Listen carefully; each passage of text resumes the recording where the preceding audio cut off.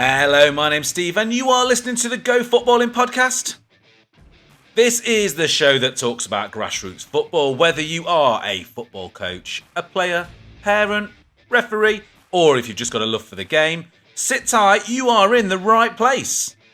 A big welcome back to everyone that's been listening to the podcast now and listens to the first 6 episodes. If you haven't listened to them, you can always go back and listen to it any time. You can also get in touch with us at gofootballpod@gmail.com, where we can take all of your considerations for any future shows, any feedback that you've got, anything that you want to interact with. That'd be perfect. So, on the lineup this week, now this has been big news, and if you went back and listened to episode 2, you'd know this was coming anyway. But finally, the FA, they have released some information regarding the 3v3, so this episode is all about the 3v3 game and the changes in grassroots football that's come in for the 26-27 season.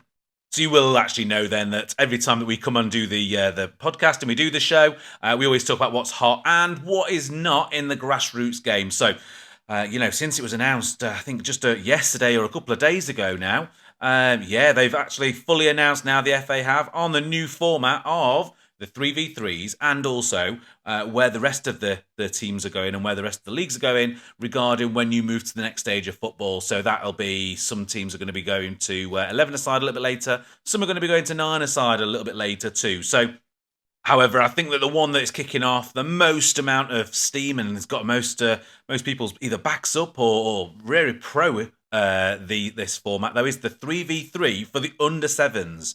So, these changes, they're not coming in straight away. So it's not going to be next season. We've got about 18 months before they come in now. We're going to be looking at around it's going to be the 26-27 season. So depending on what county you're in, some of them kick off a little bit earlier than others. Some are very big start of August. Some are later on in August too. Depends on how many teams you've got in your league, I suppose, and how quickly everything gets set up. And sometimes, you'll have teams that enter leagues and then just drop out. So, there's going to be a number of different changes that are happening. So let's talk about this 3v3 then. So I've seen that there's been a bit of a mix of conversations online, and I've seen that there's a lot of people that are either very pro 3v3 and they can see the benefits for it, and some people actually think it's the worst thing that the FA could possibly have done in a million years. So let's just dissect a little bit of this then. Let's talk about the 3v3s, of how that's going to work. Now, I know it's not going to sound like it, especially from what everyone's been read and what people have been saying, but not a great deal's going to change for the under-7s. So we have to remember now that these are children that are born in around 2001. These are like 4 and 5-year-old children at the moment.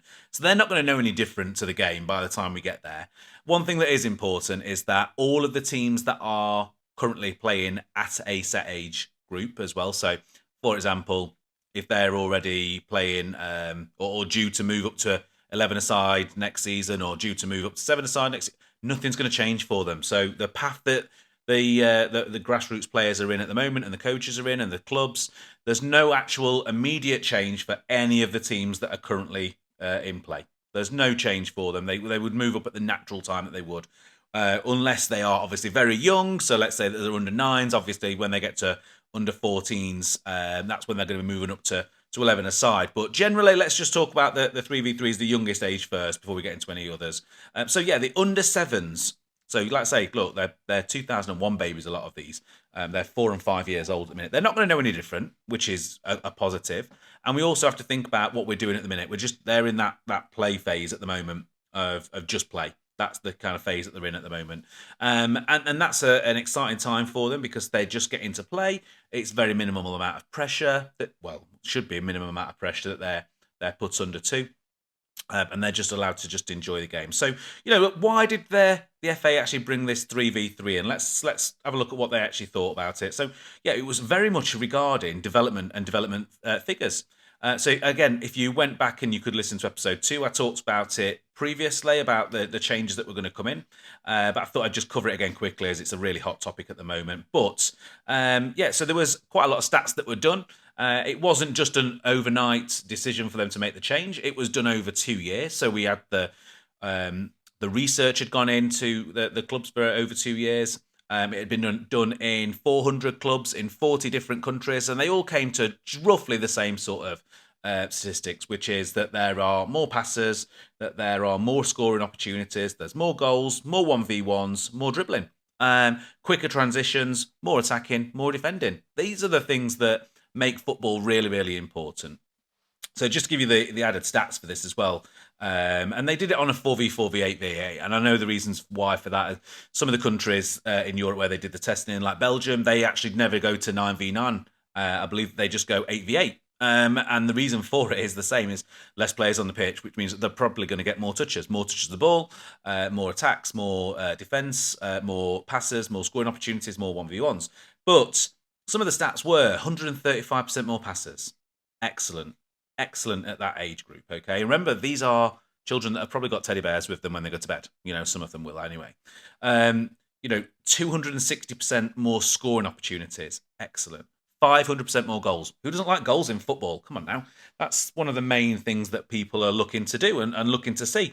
And, as parents cheering on, coaches cheering on, and also for the young players, 6-year-olds, by the way, 6-year-olds that we're looking at here, goals are great. So give them 500% more goals, 225% more 1v1s. It's great. So early on in their footballing journey, they're starting to develop all the kind of skills that we want in them to. The 225% worth of 1v1s.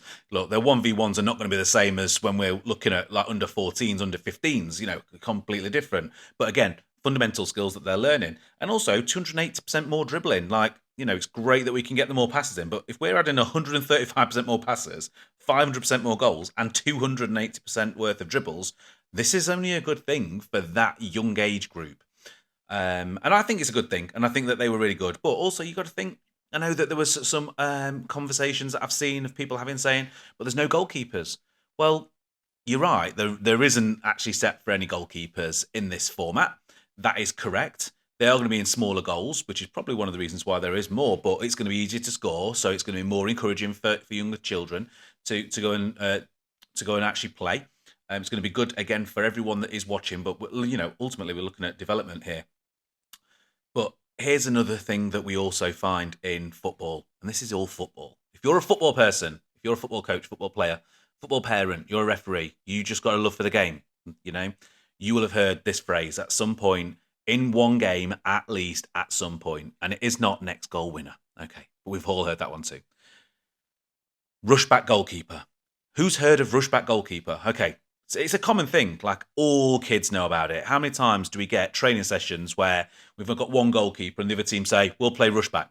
Obviously, they're going to play rushback. Well, the 3v3s, what it does, it encourages the movement for a player to almost play like a rushback, which is kind of a defensive practice that we're kind of getting them to do without even thinking about it. Is we're all going to defend together, we're all going to attack together, which is great because it means that the movement should be much better for those younger children. And sometimes you can go to a five-a-side game, and I've refereed five-a-side games of under 7s and under 8s.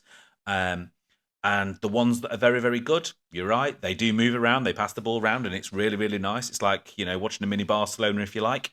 Well, not all of them, but, you get the gist. It's quite nice. But then you get some games of the ones that are just very, very development stages, very start of their footballing journey, that will stand around and watch the ball. And unless the ball comes to them and it comes to them, they pretty much stand around and they've got a coach, pretty much shouting at them the whole time. Whereas in these smaller formats, it's going to be much more engaging for them.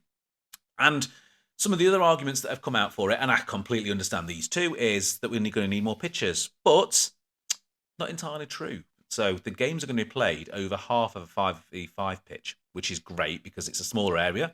So we should have more touches, more involvement. It's going to be easier for them to actually go and play. But the costs and also being able to find those pitches is no different. And if you've got a team at the moment where you're playing 5v5, but you've also got one sub that is there for most of the time and they're sitting out, well, they're not going to have to sit out now because you can play 2 games and you can split your team in half and you can play one on the left-hand side of the pitch, one on the right-hand side of the pitch, and the other team can turn up and they'll be exactly the same. They'll play one on one side of the pitch, one on the other side of the pitch, and everyone gets to play. So that's a more positive thing. Now, the next thing was, well, we ain't got enough refs. Generally, we don't have enough refs in this country. And I'll probably do an episode just on referees, and I'll probably see if I can get some referee friends to come on the podcast too, to just talk about their experiences with this. But how many games do we see with an appointed ref at under 7s? Have a think about it. Very, very rare. Very rare. The ones that I do that have been those age groups are generally for the clubs that I'm associated with. And it's generally, can you come across and can you do these games for us? Because we're struggling for parents to help us. But most of the time, you can get parents doing refereeing the games, and they're so small and it's so easy to be able to manage. Then like there's no offsides. Just be fair, play fair. All of the kind of rules that we'll be wanting to encourage, because we want them to play. We don't want to keep on blowing the whistle. We want them to play, and we want it to be free flowing for them and in enjoyment. At the same time as learning all the skills and developing all the skills that we want of more passes, more scoring, more goals, more 1v1s, all of those things too. So I suppose a few parents may need to step up and they may need to do that. However, if that doesn't happen and you've got two teams, one playing on the left side of the pitch, one playing on the right side of the pitch, and then there's another team that turn up with a coach, one of you can look after one set on one side, and one of you can look after it on the other side. Again, shouldn't be too hard to do that. Just have one clock that's running between the both of them. Honestly, I think it'd be. I think that we're looking too much into it. The next one was going to be costs, where a lot of people are thinking, "Oh, we're going to have more costs because we're going to have more teams." You don't have to have more teams; they can all train together. You're not just going to take a session for three under sevens, 3 6-year-olds turning up for training, and that's their team. And then the year after, we're going to have to move to 5v5. That's not how it's not how it's going to work. The teams that you've got at the moment, if you've got 6 or 7 or 8 players or 9 players, then you've potentially got a number of different teams, and it's just different combinations you can play, which is great because your stronger players you can put with weaker players, but so that everyone can play. And to be fair, no players get better by sitting on the bench and watching. 5-year-olds don't get better at football by watching other people play football. They'll get better by playing football. So there's no subs, so we'll have more players that are actually on the pitch. So the pitch is not going to cost anymore because we already would have that 5v5 at under sevens. So that's one aspect. We're not going to need any more referees or potentially any coaches, although it would be really nice if there is a coach and an assistant coach for each team, which means that you can look after both sides at the same time. It's only 2 that you'd need. Again, not too difficult to be able to do, and you can always play with your whole team in the same location. So if you've got a home game, you'd always play your home game. The away game would always be at the same time. You'd be playing the other team, both their teams at the same time too. Again, so it can all work out. I think the one thing where there probably could be some costs is buying goals, but most clubs are going to have mini goals. Most of them are going to have mini goals for the older age groups because they're going to use them in training because they're great for using in training, great for goalkeeper training too. So they're probably already going to have them. And if not, I'm sure that there's probably going to be some kind of funding. Look, if you had another team and you had another under fives team and you needed to, not another pitch, or there wasn't another pitch, but you needed another set of goals or your goals broke, you'd have to get new ones anyway. So getting some mini goals here is probably going to be a good thing. And, a lot of clubs, they do a lot of good work in making sure they've got all the correct equipment and, they've got things like sponsors and all the rest of it. I'm sure that that's not going to be something that is going to be detrimental and make it hard work for teams to get started, especially with these mini goals that are going in. But apart from that, I don't see that there's any additional costs that would be needed, which is great. Now, where are the negatives? Well, I'm struggling to find a lot. I think that there are probably some negatives. Like I said, more coaches needed. Well, potentially you maybe a coach and an assistant coach. And, a lot of the time, most of the coaches that are in grassroots football, what are they? Are they UEFA licensed coach? Are they pro licensed coaches? Not really. Most of them are going to have their level 1. They're either the playmaker or the level 1. Some might have the UEFA C license. But at under sevens, generally, we're looking at parents. It's generally that one of the parents has stepped up and gone, I'll coach them. I'll do that. I'll do this. I'll do that. Just needs a couple more of those, or a coach and just to say, look, we're moving to this format. We've got 18 months to sort of like prep a lot of the parents now to say, we're going to need to have an assistant coach, or it'd be nice if we could have an assistant coach to help out. I think that that's a really, really easy move. I think that's going to be quite an easy move for us to have.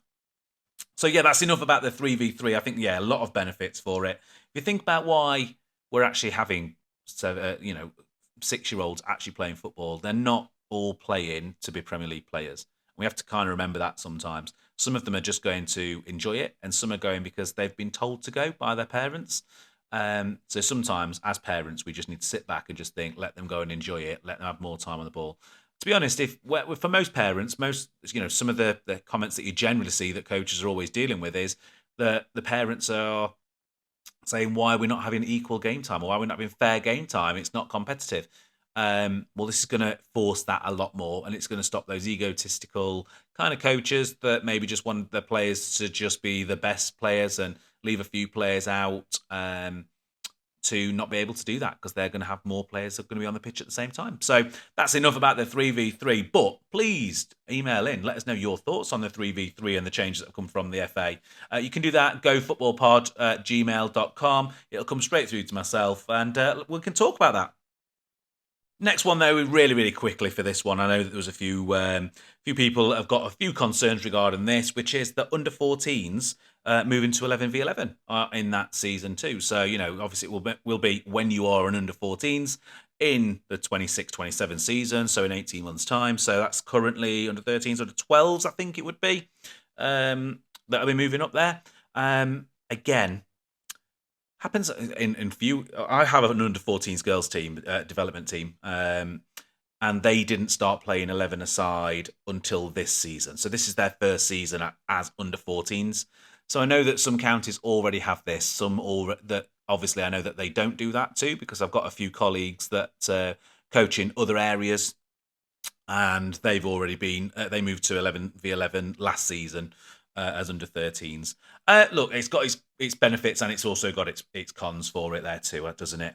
I think that 11-a-side is where we're ultimately trying to get to. So any development that we can have on the way there is good. But I also see the argument on the other side, and I see this for two reasons. One is, the girls team that I have, which is the under-14s that are current, they weren't ready to go to 11-a-side until this season. So last season wouldn't have been the right season for them to move. So I was, grateful for how that kind of fell for us. But I also coach at a boys' academy too, and with them, I can fully see that some of the age groups where they're playing 9v9, I can see that it would suit them much better to go to 11v11. I can see that. And even when I've refereed and I'm refereeing these age groups, sometimes I can see from the 9v9s that I'm reffing, I'm thinking, you lot probably do need to think about that.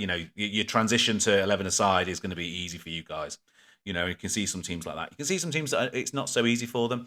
But I think that I'm very much on the fence with this one, because I think that it's just the right for that age group and that set of players. I think if you're the top end of the players and you're playing level 1 at Grassroots, 9v9, and you are under 12s, under 13s, you're probably ready next season to move up. So, very much on the fence with that one. But I also see, you look at the development ones, the development teams, and you're like, probably need some more time at 9v9 just to learn pitch geography, just to learn some other aspects for it.